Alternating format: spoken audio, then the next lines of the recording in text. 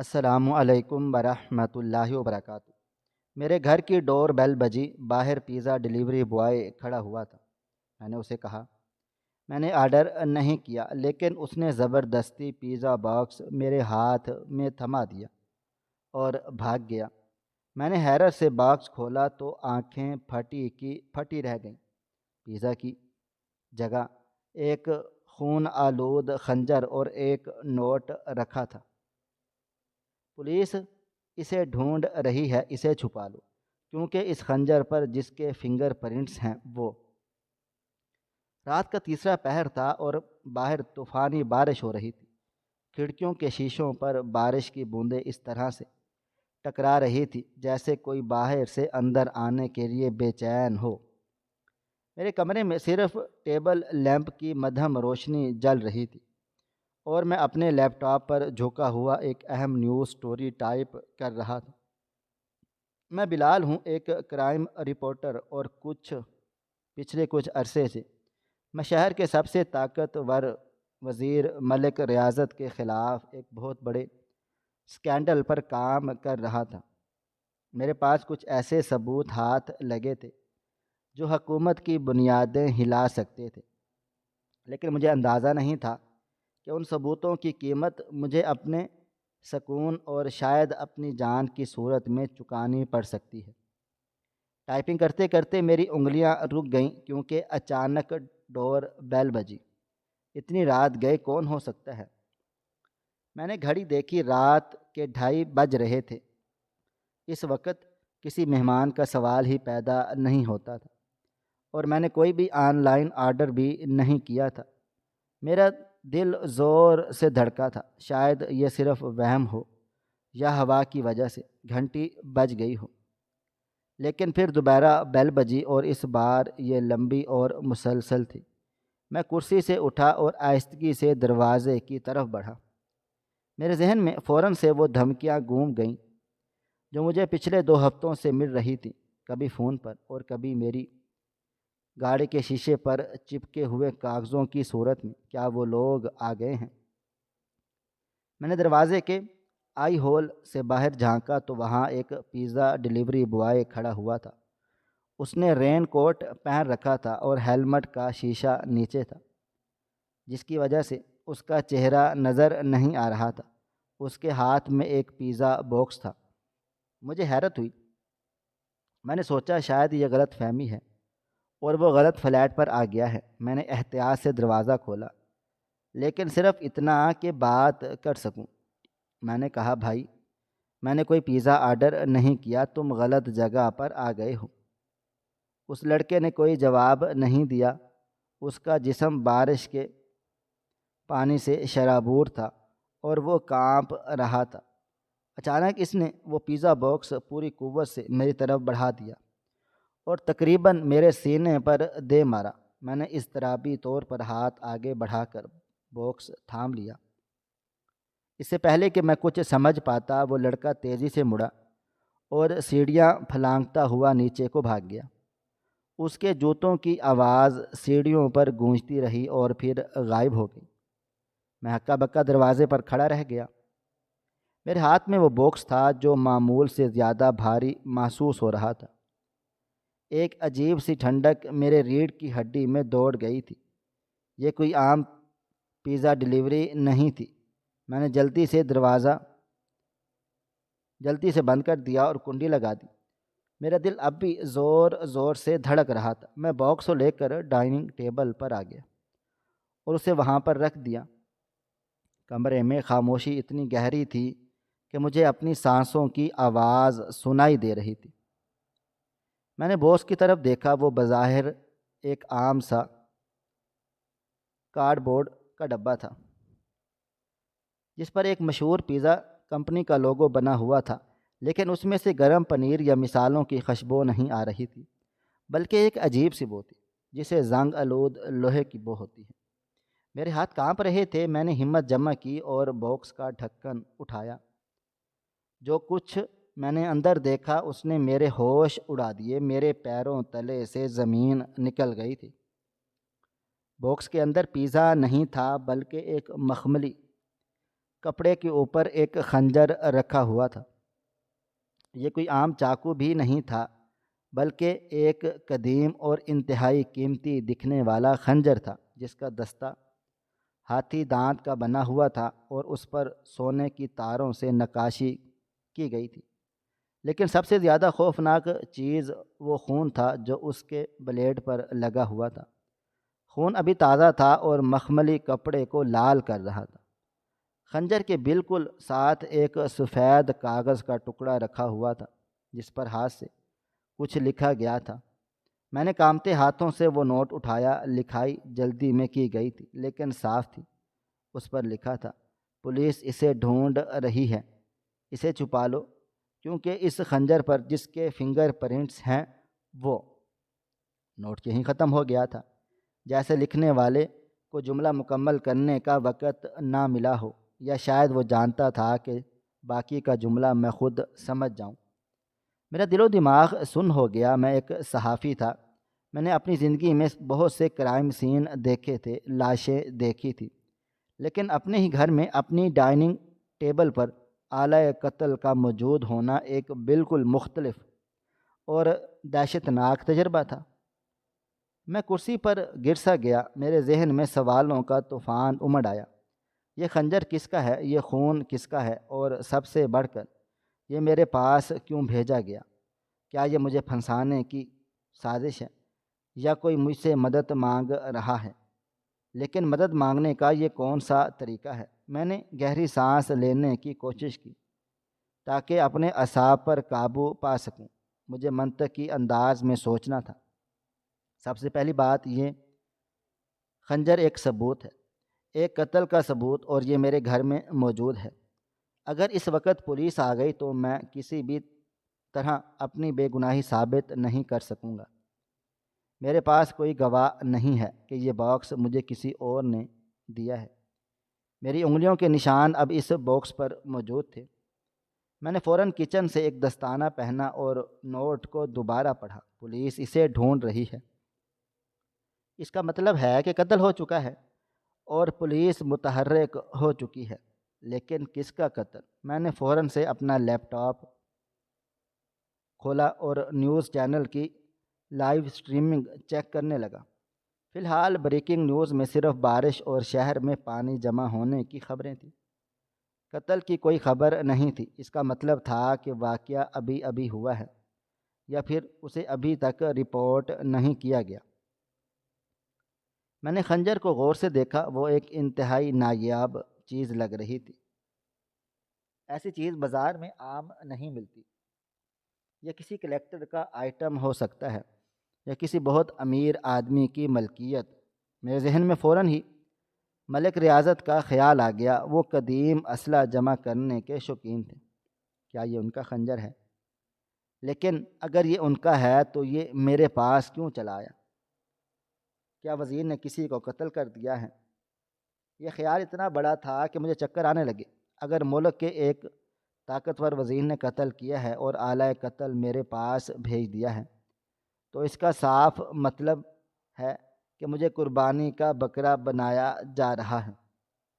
میں نے پچھلے چند مہینے کے واقعات کو ذہن میں دہرانا شروع کر دیا۔ جب میں نے پہلی بار ان کی کرپشن کی فائل کھولی تو مجھے میرے ایڈیٹر نے منع کر دیا۔ اس نے کہا تھا کہ بلال صاحب، یہ لوگ بہت خطرناک ہیں، یہ نہ قانون کو مانتے ہیں نہ انسانیت کو۔ لیکن میں باز نہیں آیا۔ میں نے ثبوت اکٹھے کیے، گواہوں کے انٹرویوز ریکارڈ کیے، اور اب جب میں اپنی رپورٹ کو حتمی شکل دے رہا تھا تو یہ ہو گیا۔ مجھے لگا کہ کمرے کی دیواریں مجھ پر تنگ ہو رہی ہیں۔ مجھے ہر سائے میں کچھ چھپا ہوا محسوس ہونے لگا۔ میں نے اٹھ کر کھڑکی کے پردے اچھی طرح سے بند کر دیے، کہیں کوئی باہر سے مجھے دیکھ تو نہیں رہا۔ میرا فلیٹ چوتھی منزل پر تھا، لیکن سامنے والی عمارت کی چھت سے میرے کمرے میں جھانکا جا سکتا تھا۔ میں نے لائٹس بند کر دیں اور صرف ایک چھوٹی ٹارچ جلا لی۔ اندھیرے میں بیٹھ کر میں نے سوچا کہ مجھے کیا کرنا چاہیے۔ کیا مجھے پولیس کو فون کرنا چاہیے؟ نہیں، یہ بے وقوفی ہوگی۔ پولیس تو پہلے ہی وزیر کی جیب میں ہے۔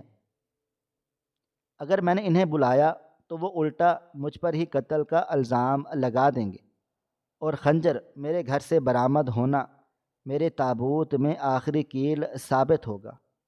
تو پھر کیا کروں؟ کیا اسے پھینک دوں باہر؟ پولیس کا پہرا ہو سکتا ہے، یا وہ ڈیلیوری بوائے کہیں آس پاس ہی چھپا ہو سکتا ہے۔ یہ سب دیکھنے کے لیے کہ میں کیا کرتا ہوں، مجھے اس خنجر کو چھپانا ہوگا، کم از کم تب تک جب تک مجھے کچھ معلوم نہ ہو جائے کہ قتل کس کا ہوا ہے اور یہ خنجر در حقیقت کس کا ہے۔ میں نے باکس بند کیا اور اسے اٹھا کر بیڈ روم کی طرف چلا گیا۔ مجھے کوئی ایسی جگہ چاہیے تھی جہاں اگر پولیس تلاشی بھی لے لے تو انہیں آسانی سے نہ ملے۔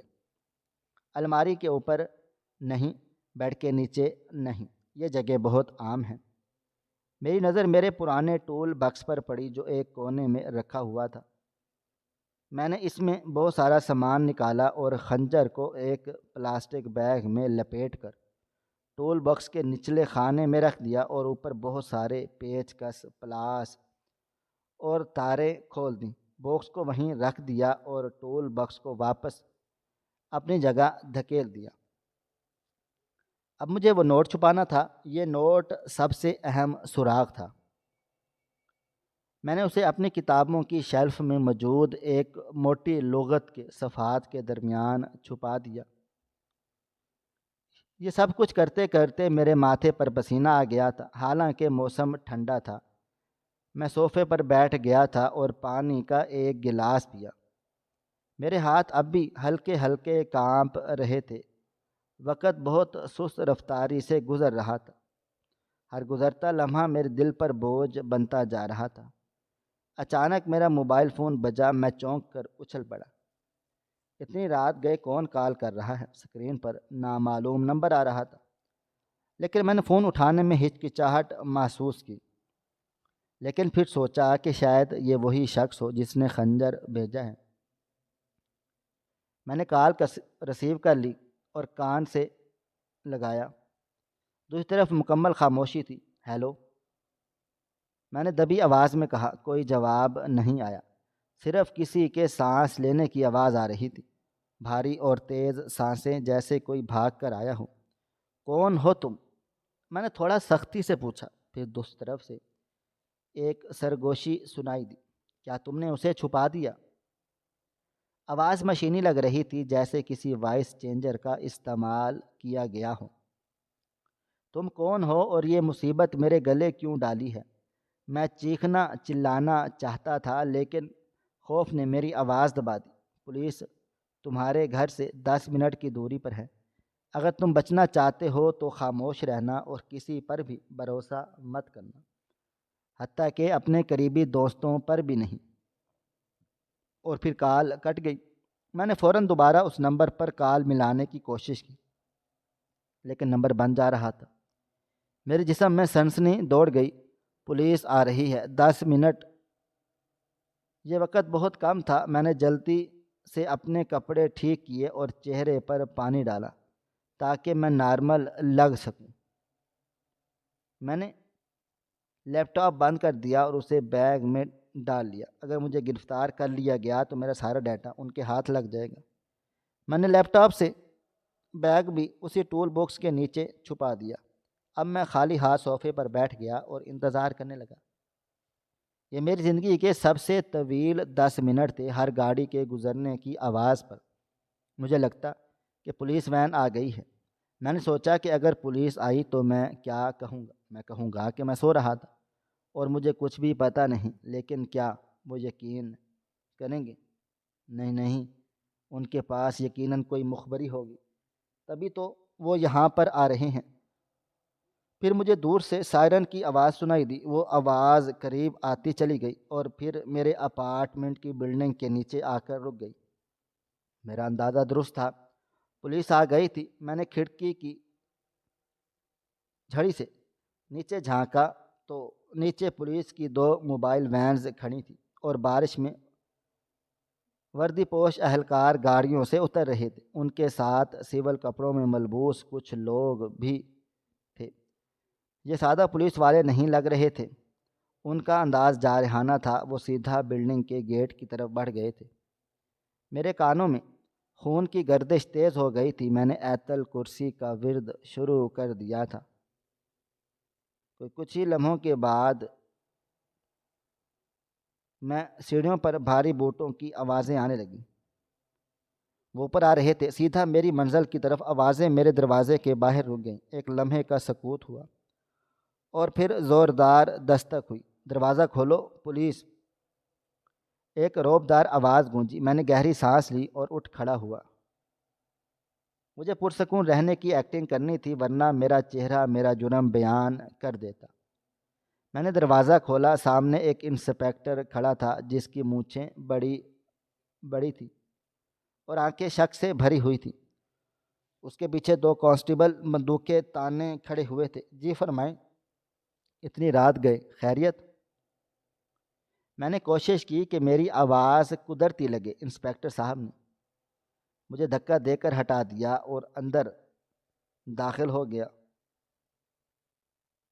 بلال صاحب، آپ کو تو پتہ ہی چلا ہوگا کہ ہم آپ یہاں کیوں چلے آئے ہیں، اس نے طنزیہ انداز میں کہا اور کمرے کا جائزہ لینے لگا۔ مجھے کچھ نہیں معلوم انسپیکٹر صاحب، میں تو اپنا کام کر رہا تھا، میں نے جواب دیا۔ انسپیکٹر صاحب میری میز کے پاس چلا گیا جہاں تھوڑی دیر پہلے وہ پیزا باکس رکھا گیا تھا۔ اس نے میز پر انگلی پھیرتے ہوئے کہا، ہمیں اطلاع ملی ہے کہ آج رات یہاں تمہیں ایک مشکوک شخص نظر آیا تھا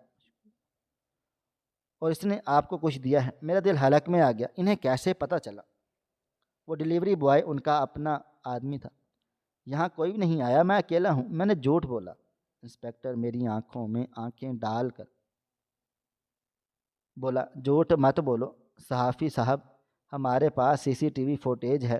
بلڈنگ کے گیٹ کے ایک لڑکا رین کوٹ میں اندر داخل ہوا اور 5 منٹ کے بعد خالی ہاتھ باہر نکلا۔ وہ جو کچھ بھی لایا تھا وہ کہاں ہے؟ میں پھنس چکا تھا۔ اگر میں کہتا کہ وہ پیزا تھا تو وہ پیزا مانگتے، جو میرے پاس نہیں تھا۔ اگر میں سچ بتا دیتا تو میں گرفتار ہو جاتا۔ مجھے فوری طور پر کوئی کہانی گھڑنی تھی۔ اوہ وہ، جی ہاں، میں نے پیزا منگوایا تھا، لیکن وہ لڑکا غلط آرڈر لے آیا تھا تو میں نے اسے واپس بھیج دیا۔ وہ شاید پیزا باکس واپس لے جانا بھول گیا اور میں نے اسے غصے میں کوڑے دان میں پھینک دیا۔ یہ ایک کمزور جھوٹ تھا، لیکن اس وقت میرے ذہن میں صرف یہی آیا۔ انسپیکٹر نے ایک کانسٹیبل کو اشارہ کیا، کوڑے دان چیک کرو۔ کانسٹیبل کچن میں چلا گیا اور کوڑا دان الٹ دیا۔ وہاں کچھ بھی نہیں تھا۔ ظاہر ہے میں نے باکس کو کہیں اور غائب کر دیا تھا۔ انسپیکٹر صاحب کا چہرہ لال سرخ ہو گیا۔ تم ہمارے ساتھ گیم کھیل رہے ہو، پورے گھر کی تلاشی لو، اس نے حکم دیا۔ سپاہی میرے پورے گھر میں پھیل گئے تھے اور وہ دروازے کھولنے لگ گئے تھے، الماریوں کا سامان باہر پھینکنے لگ گئے تھے۔ میں ایک کونے میں کھڑا یہ سب کچھ دیکھ رہا تھا اور دلی دل میں دعا کر رہا تھا کہ وہ اس ٹول باکس کی طرف نہ جائیں جہاں میری موت اور زندگی کا فیصلہ چھپا ہوا تھا۔ ایک سپاہی بیڈ روم میں داخل ہوا اور سیدھا اسی کونے کی طرف چلا گیا جہاں ٹول باکس رکھا ہوا تھا۔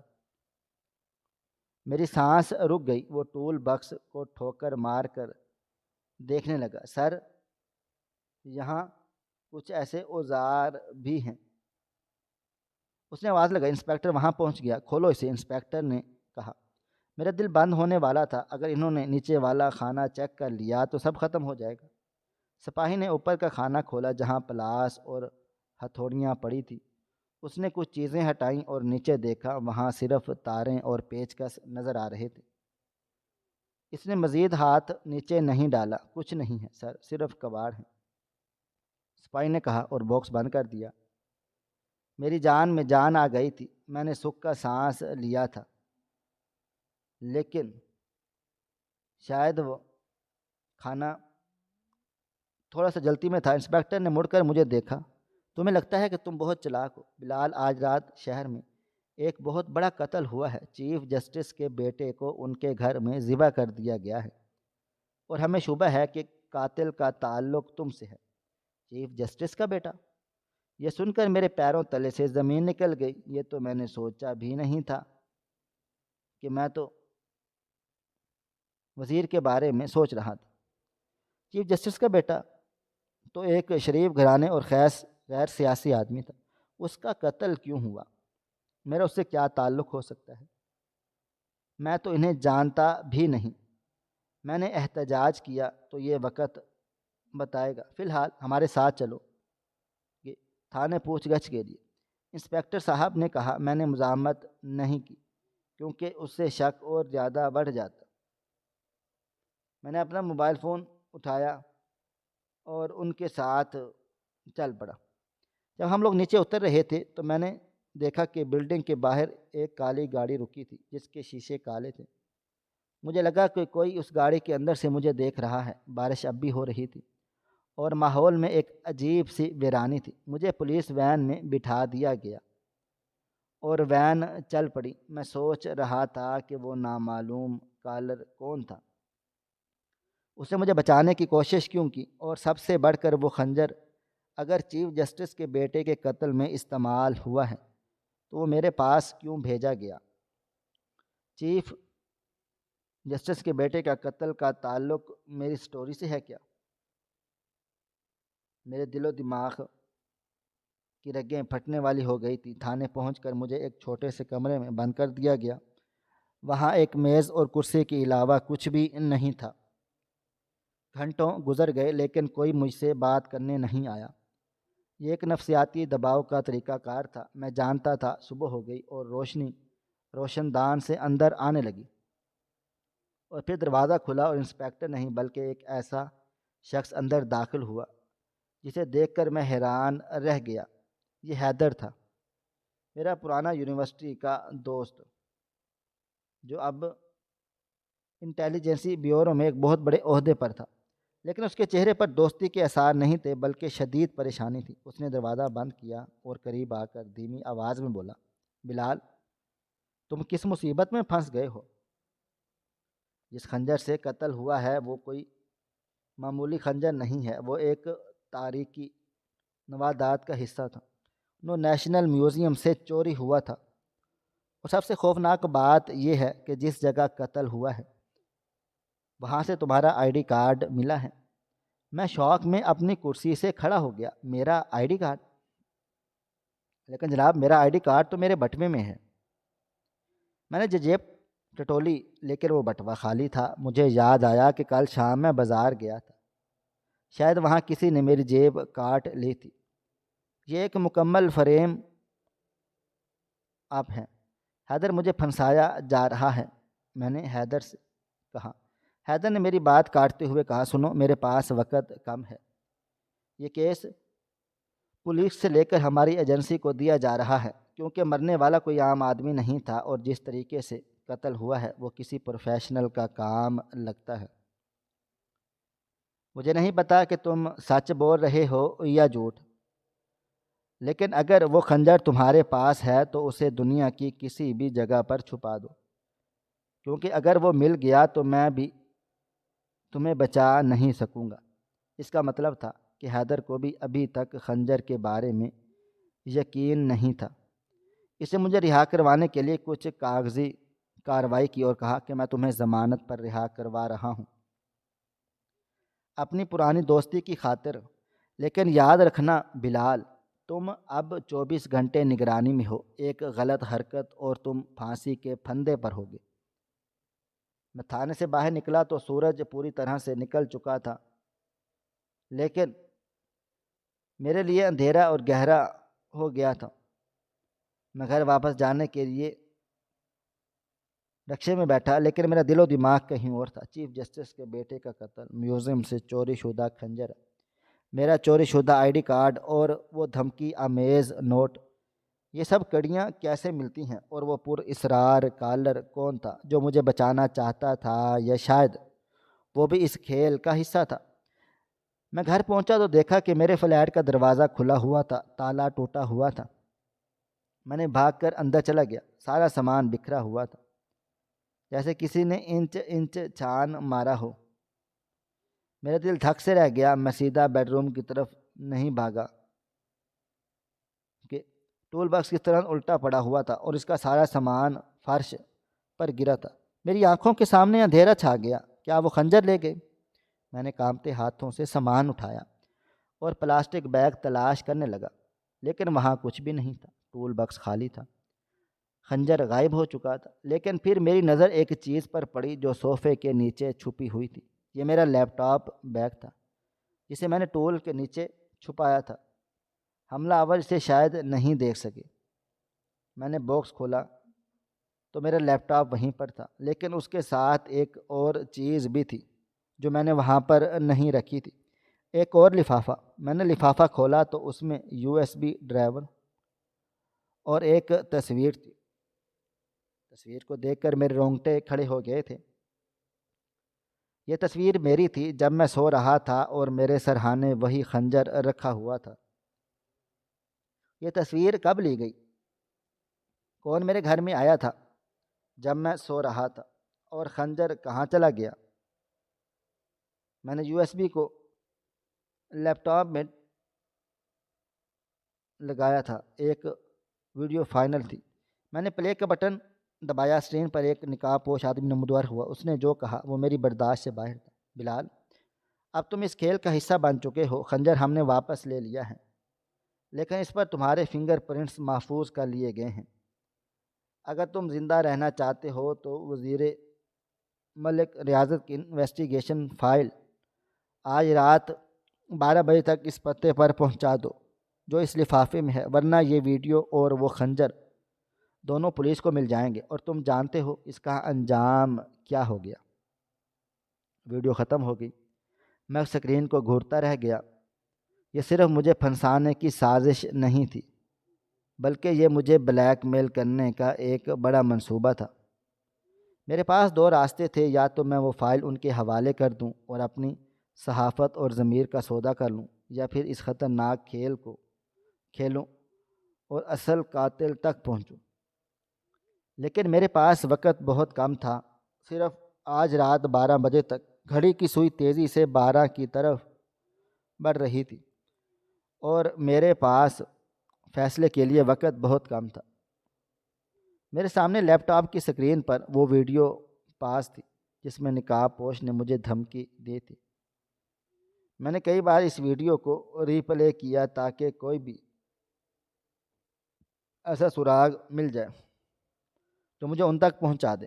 میرے دل و دماغ میں خوف اور غصے کی جنگ جاری تھی، لیکن میں جانتا تھا کہ اگر میں نے وہ فائل ان کے حوالے کر دی تو وہ مجھے زندہ نہیں چھوڑیں گے، کیونکہ میں ان کے لیے ایک زندہ ثبوت بن جاؤں گا۔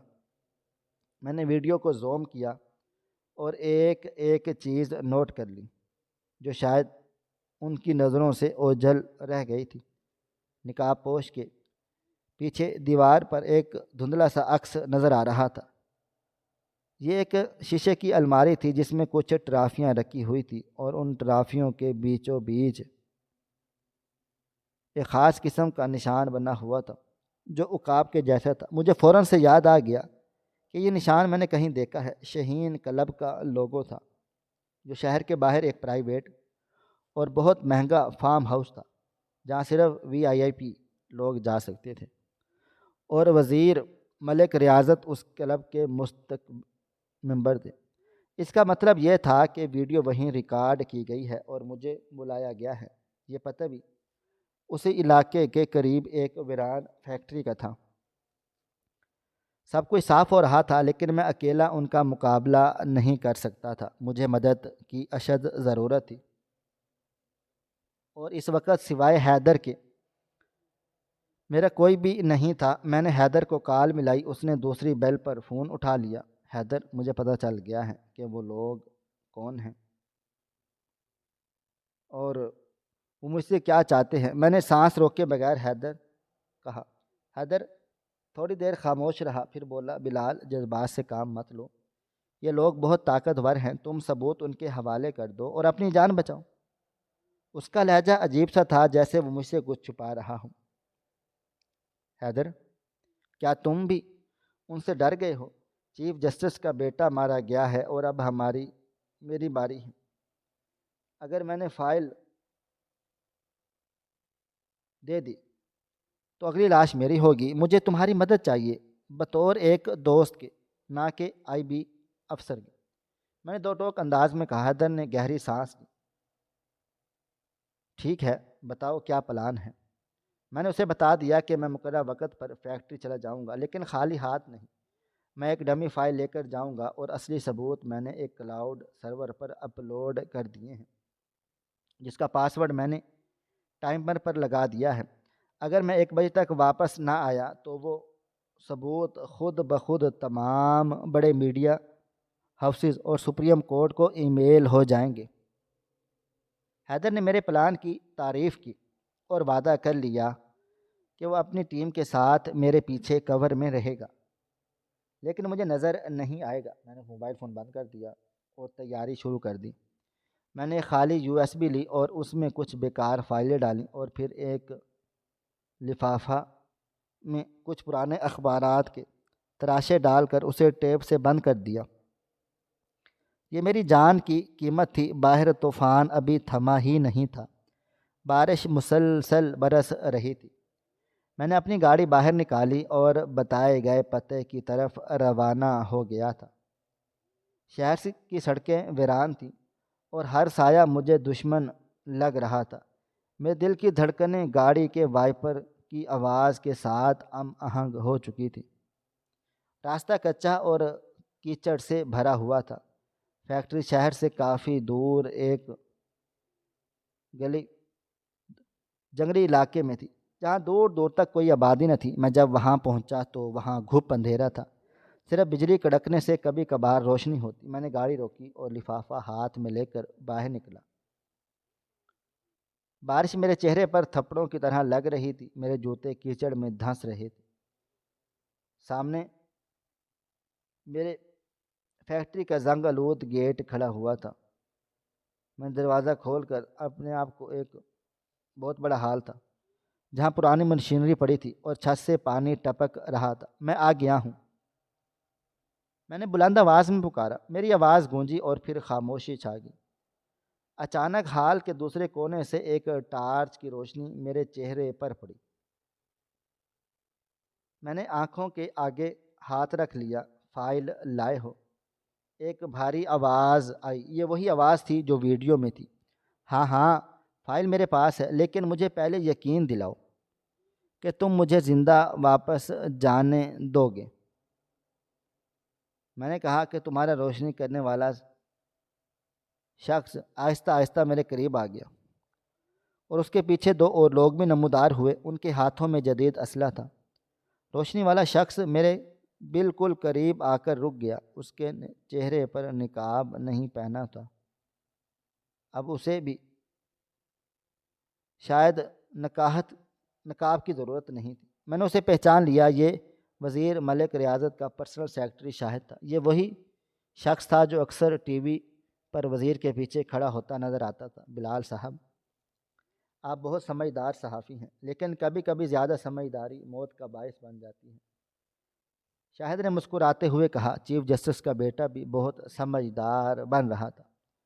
اس کے پاس بھی یہی کچھ فائلیں تھیں جو تم لے کر گھوم پھر رہے ہو، تو ہمیں خاموش کرنا پڑ گیا تھا، اور افسوس ہے کہ اب تمہیں بھی خاموش ہونا پڑے گا، کیونکہ اب ہم کوئی رسک نہیں لے سکتے۔ یہ اعتراف تھا۔ میں نے اپنے کوٹ کی جیب میں ہاتھ ڈالا جہاں میرے موبائل فون ریکارڈنگ موڈ پر تھا۔ تو وہ خنجر، وہ تم نے میرے گھر کیوں بھیجا؟ میں نے اسے باتوں میں لگانے کی کوشش کی تاکہ حیدر کو پہنچنے کا وقت مل سکے۔ اوہ، وہ خنجر! شاہد زور سے ہنسا۔ وہ وزیر صاحب کا پسندیدہ خنجر ہے۔ دراصل وہ قتل کے وقت وہیں پر گر گیا تھا اور ہم اسے ڈھونڈ رہے تھے۔ ہمیں پتہ چلا تھا کہ تم بھی اس معاملے کی کھوج میں ہو، تو ہم نے سوچا کہ ایک تیر سے 2 شکار کیے جائیں۔ خنجر تمہارے پاس بھیج کر قتل کا الزام تم پر لگایا جائے، اور بدلے میں اصلی فائل بھی حاصل کر لی جائے۔ وہ ڈیلیوری بوائے ہمارا ہی بندہ تھا، اور وہ نوٹ دراصل ایک غلطی تھی۔ شاہد کی بات سن کر میں چونکا۔ غلطی کیا مطلب؟ میں نے شاہد کے چہرے پر ناگواری کے تاثرات ابھر آئے۔ وہ نوٹ ہمارے کسی آدمی نے نہیں لکھا تھا، بلکہ وہ خنجر کے ساتھ باکس میں پہلے سے موجود تھا۔ جب وہ ہمارے پاس آیا تو ہمیں نہیں معلوم کہ وہ کس نے لکھا، لیکن اب اس سے کوئی بھی فرق نہیں پڑتا۔ لاؤ فائل مجھے دو۔ اس نے ہاتھ بڑھایا، میں نے لفافہ اس کی طرف بڑھا دیا۔ اس نے لفافہ پکڑا، میں نے فوراً سے کہا کہ یہ فائل نقلی ہے، اصلی فائل ابھی انٹرنیٹ پر اپلوڈ ہو رہی ہے۔ اگر مجھے کچھ ہوا تو پوری دنیا دیکھ لے گی۔ شاہد کا رنگ پھک ہو گیا، اس نے جلدی سے لفافہ پھاڑا اور اخبار کے تراشے دیکھ کر غصے سے چیخا چلایا، اسے مار دو۔ اس کے ساتھیوں نے بندوقیں سیدھے کی، میں نے آنکھیں بند کر لیں اور موت کا انتظار کرنے لگا، لیکن گولی چلنے کی آواز نہیں آئی، بلکہ ایک زوردار دھماکہ نصیب ہوا اور وہ فیکٹری کا مین گیٹ اڑ کر دور جا گرا۔ باہر سے تیز فلڈ لائٹس ہال میں داخل ہوئیں اور ایک آواز گونجی، ہتھیار پھینک دو ورنہ گولی مار دی جائے گی، یہ آئی بی اور اسپیشل فورسز کا گھیراؤ ہے۔ یہ حیدر کی آواز تھی۔ میں زمین پر لیٹ گیا، فائرنگ کا تبادلہ شروع ہو گیا۔ شاہد اور اس کے ساتھیوں نے مزاحمت کی کوشش کی، لیکن وہ چاروں طرف سے گھرے جا چکے تھے۔ چند ہی منٹوں میں دھواں چھٹا اور سب کو گرفتار کر لیا گیا تھا۔ شاہد کے کندھے پر گولی لگ گئی تھی اور وہ زمین پر پڑا ہوا کرا رہا تھا۔ حیدر بھاگتا ہوا میرے پاس چلا آیا اور مجھے اٹھایا۔ تم ٹھیک ہو بلال؟ میں نے اسبات میں سر ہلایا، لیکن میری نظریں شاہد پر جمی تھی جسے ہتھ کڑیاں لگائی جا رہی تھی۔ پولیس نے فیکٹری کی تلاشی لی اور اس ایک کمرے سے وہ خنجر بھی برآمد ہوا جو میرے گھر سے چوری ہو گیا تھا۔ اسے ایک شیشے کے کیس میں رکھا گیا تھا، شاید وہ اسے ضائع کرنے والے تھے۔ حیدر نے مجھے بتایا کہ انہوں نے میری کال ٹریس کر کے پہلے ہی پوزیشنز سنبھال لی تھی اور وہ میرے سگنل کا انتظار کر رہے تھے۔ وزیر ملک ریاضت کو بھی ان کے گھر سے گرفتار کر لیا گیا، کیونکہ میرے پاس ثبوت اور شاہد کا اعتراف کافی تھا۔ لیکن ایک سوال اب بھی میرے ذہن میں کھٹک رہا تھا، وہ نوٹ کس نے لکھا تھا؟ شاہد نے کہا تھا کہ نوٹ ان کا نہیں ہے، تو پھر کس کا تھا؟ کیا وزیر کے گھر میں کوئی ایسا تھا جو ان کے خلاف تھا؟ پولیس چیف جسٹس کے بیٹے کے قتل کا کیس حل کرنے پر بہت زیادہ خوش تھی، اور میڈیا میں یہ خبر جنگل کی آگ کی طرح پھیل گئی تھی۔ میں ہیرو بن چکا تھا، لیکن مجھے سکون نہیں آ رہا تھا۔ میں اس نوٹ کی حقیقت جاننا چاہتا تھا۔ میں نے حیدر سے درخواست کی کہ وہ مجھے وہ نوٹ دوبارہ دکھایا جائے جو اب پولیس کی تحویل میں تھا۔ حیدر مجھے فرانزک لیب میں لے گیا جہاں وہ خنجر اور نوٹ رکھا گیا تھا۔ نوٹ ایک پلاسٹک بیگ میں بند تھا۔ میں نے اسے غور سے دیکھا، لکھائی بہت نفیس اور کسی پڑھے لکھے شخص کی لگ رہی تھی۔ میں نے حیدر سے پوچھا، کیا تم نے اس لکھائی کا تجزیہ کیا؟ حیدر نے ایک فائل میری طرف بڑھائی۔ ہاں بلال، اور یہ شب سے چونکا دینے والا انکشاف ہے، یہ لکھائی کسی اور کی نہیں بلکہ وزیر کی اپنی بیٹی زینب کی ہے۔ زینب؟ میں حیران و پریشان رہ گیا۔ زینب ایک سوشل ورکر تھی اور اپنے باپ کے کاموں سے ہمیشہ الگ رہتی تھی۔ حیدر نے بتایا کہ زینب کو پتہ چل گیا تھا کہ اس کا باپ اور بھائی جو وزیر کا دایاں بازو تھا ملک دشمن سرگرمی میں ملوث ہیں، اور انہوں نے چیف جسٹس کے بیٹے کو قتل کر دیا ہے۔ زینب اپنے باپ کے خلاف گواہی نہیں دے سکتی تھی کیونکہ اس کی جان کو خطرہ تھا، اس لیے اس نے چپکے سے وہ خنجر ڈلیوری باکس میں رکھوا دیا اور وہ نوٹ لکھا تاکہ خنجر کسی طرح میڈیا تک پہنچ جائے اور سچ سامنے آ سکے۔ لیکن وہ جملہ مکمل کیوں نہیں کر سکی تھی؟